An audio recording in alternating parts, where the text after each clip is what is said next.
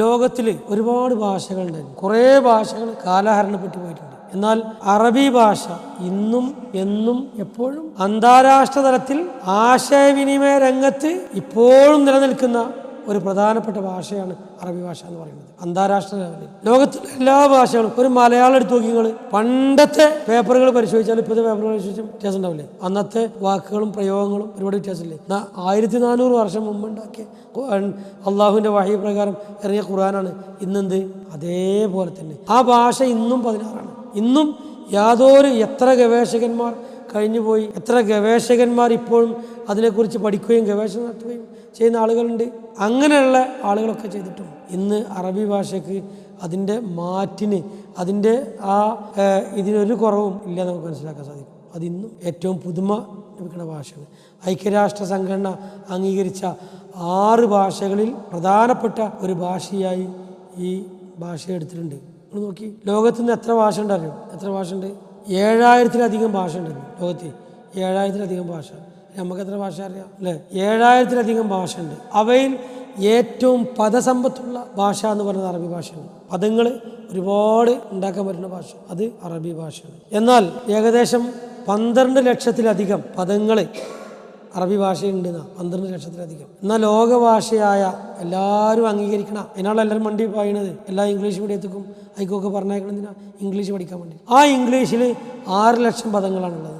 അറബിയിൽ അക്ഷരങ്ങൾ പഠിക്കുകയാണെങ്കിൽ ആകെ 6-7 അക്ഷരങ്ങൾ പഠിച്ചാൽ മതി, പഠിക്കാൻ സുഖമാണ്. അതിനേക്കാളും വലിയ ഷോർട്ട് ഹാൻഡോ അല്ലെങ്കിൽ വേറെ എന്തെങ്കിലും വഴിയോ ഒന്നുമില്ല അറബി ഭാഷനെ പോലെയുള്ള. ഇനി ഒരു പര്യായപദം നോക്കുകയാണെങ്കിൽ നോക്കി നിങ്ങൾ, ഇംഗ്ലീഷിനൊരു പര്യായപദം നോക്കുകയാണെങ്കിൽ ആകെ 5-10 ഒക്കെ ഉണ്ടാവും. മലയാളത്തിനോ നോക്കുകയാണെങ്കിൽ ഒരു 5-10 ഉണ്ടാവും ഏറിപ്പോയാൽ. എന്നാൽ അറബി ഭാഷയിൽ അതിൻ്റെ ബാഹുല്യം കൊണ്ട് ഒരു പദം പറഞ്ഞ ഇഷ്ടംപോലെ പദങ്ങൾ, ഒന്നിനൊരു ചുരുങ്ങിയതൊരു 100 പദങ്ങൾ ഉണ്ടാവും. പര്യായപദങ്ങളെ ഒരു പദം പറഞ്ഞാൽ അതിൻ്റെ പര്യായപദം 100 പദങ്ങളായിരുന്നു. നിങ്ങൾ നോക്കി, ഒരേ പദം തന്നെ നിഷിദ്ധത്തിനും പവിത്രതക്കും ഉപയോഗിക്കും. മസ്ജിദുൽ ഹറാം അല്ലേ? മസ്ജിദുൽ ഹറം, ഹറം തന്നെ എന്താ? പവിത്രമാക്കപ്പെട്ടത് അല്ലേ? മറ്റേത് ഹറാം, നിഷിദ്ധമായത് അല്ലേ? എല്ലാ നിഷിദ്ധകളും ഇതിൽ നിന്ന് മുക്തമായ ഇതാണ് ആ ഉദ്ദേശം. അപ്പോൾ ഹറമും ഹറാമും അങ്ങനെയുള്ള പദങ്ങളൊക്കെ ഉപയോഗിക്കുന്നത് കാണാൻ സാധിക്കും. അപ്പോൾ പര്യായ പദങ്ങൾ ഒരുപാടുള്ള ഭാഷയാണ് അറബി ഭാഷ എന്ന് പറയുന്നത്. എന്നാൽ വളരെ കുറഞ്ഞ പദങ്ങൾ കൊണ്ട് ആശയവിനിമയം നടത്താൻ പറ്റുന്ന ഭാഷയാണ് അറബി ഭാഷ.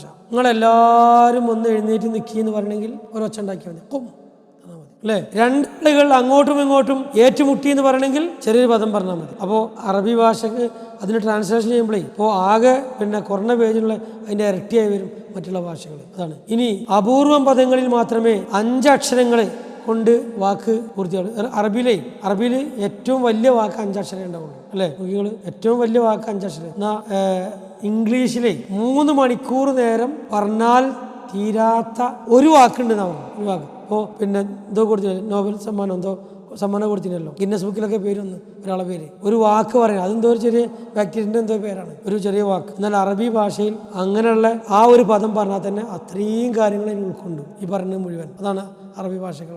വളരെ കുറഞ്ഞ അക്ഷരങ്ങൾ കൊണ്ട് അത്ഭുതം സൃഷ്ടിക്കുന്ന ഭാഷയാണ് അറബി ഭാഷ എന്ന് പറഞ്ഞത്. ഈ കാലഘട്ടത്തിന് ഏറ്റവും അനുയോജ്യമായ ഭാഷ ദുനിയാവിൽ വേറൊരു ഭാഷയില്ല, അറബി ഭാഷ മാത്രമേ. ഈ കാലഘട്ടത്തിൽ എല്ലാ കാലഘട്ടത്തിലും ഏത് നൂറ്റാണ്ടുകൾ അപ്പുറം ജീവിച്ച ആൾക്കാർക്കും, ഇനി പുലറിൽ 6-ാം നൂറ്റാണ്ടിൽ ജീവിച്ച ആൾക്കാരെന്ന് പറയുമല്ലോ, അന്ന് ജീവിച്ച ആൾക്കാരും ഇന്ന് ജീവിക്കുന്ന ആൾക്കാരും ഒക്കെ ഈ അറബി ഭാഷയ്ക്ക് യാതൊരു മാറ്റമില്ല. ഓരോ പ്രാദേശികമായിട്ട് അതിൻ്റെതായ വ്യത്യാസങ്ങളുണ്ടാവും. ഇപ്പോൾ നമ്മൾ മുൻദൂർ, ഷുഫ് അല്ലേ?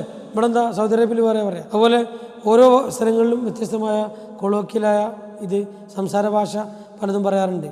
അത് ആ നാട്ടിലെ പ്രാദേശിക അനുസരിച്ചുള്ള പറയും. ഇനി അറബി ഭാഷയിലുള്ള ഓരോ പദത്തിനും ഓരോ ഉച്ചാരണമുണ്ട്. അറബി ഭാഷയിൽ ഓരോ പദത്തിനും ഓരോ ഉച്ചാരണം. ലാദ് അറബി ഭാഷയിൽ മാത്രമേ ഉള്ളൂ അല്ലേ? വേറെ ഭാഷയിൽ ലാദ് ഉണ്ടാവില്ല. അപ്പോൾ അറബി ഭാഷയിലെ ഓരോ പദത്തിനും ഓരോ ഉച്ചാരണമാണ്. ഉച്ചരിക്കാത്ത അക്ഷരങ്ങളോ ഉച്ചാരണം വ്യത്യാസപ്പെടുന്ന പദങ്ങളോ അറബി ഭാഷ കാണുന്നില്ല.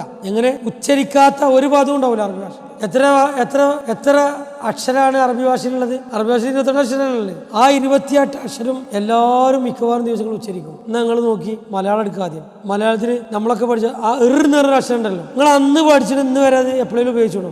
ഋഷഭം ഉപയോഗിച്ചോണോ? പറഞ്ഞോ അല്ലേ? പിന്നെ അങ്ങനെയുള്ള കുറേ അക്ഷരങ്ങളുണ്ട്. മലയാള ഭാഷനെ കളിയാക്കല്ല, എന്നാലും അങ്ങനെയുള്ള എല്ലാ ഭാഷകളിലും അങ്ങനെയുള്ള അക്ഷരം ഇംഗ്ലീഷിലുണ്ട്, അതുപോലെ എല്ലാ ഇതിലുണ്ട് ഭാഷകളും. എന്നാൽ അറബിയിൽ അത് അള്ളാന്റെ ഭാഷയാണ് അറബി ഭാഷ.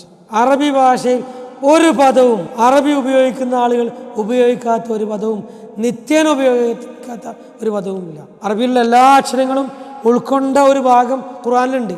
എന്താ പറയാൻ കഴിയോ?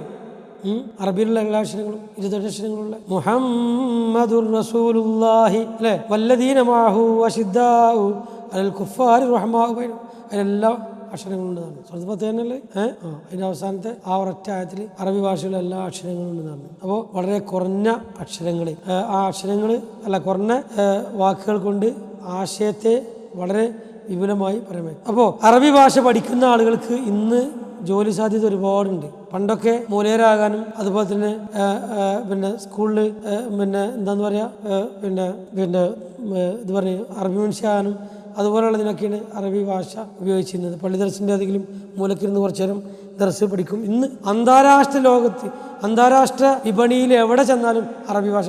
ഇവിടെ ഇരുന്നു കൊണ്ട് ഒരാൾക്ക് അറബി ഭാഷയിൽ നൈപുണ്യം ഉണ്ടെങ്കിൽ പൈസ ഉണ്ടാക്കാൻ പറ്റും. പൈസ ഉണ്ടാക്കാൻ വേണ്ടിയിട്ടല്ല പറഞ്ഞത്, എന്ന് പറഞ്ഞാൽ അത്രയും വ്യാപകമായി അറബി ഭാഷ. ഈ അറബി ഭാഷ അധ്യാപകരാകാം, അതുപോലെ തന്നെ മറ്റ് രീതിയിലൊക്കെ എല്ലാം ആകാം.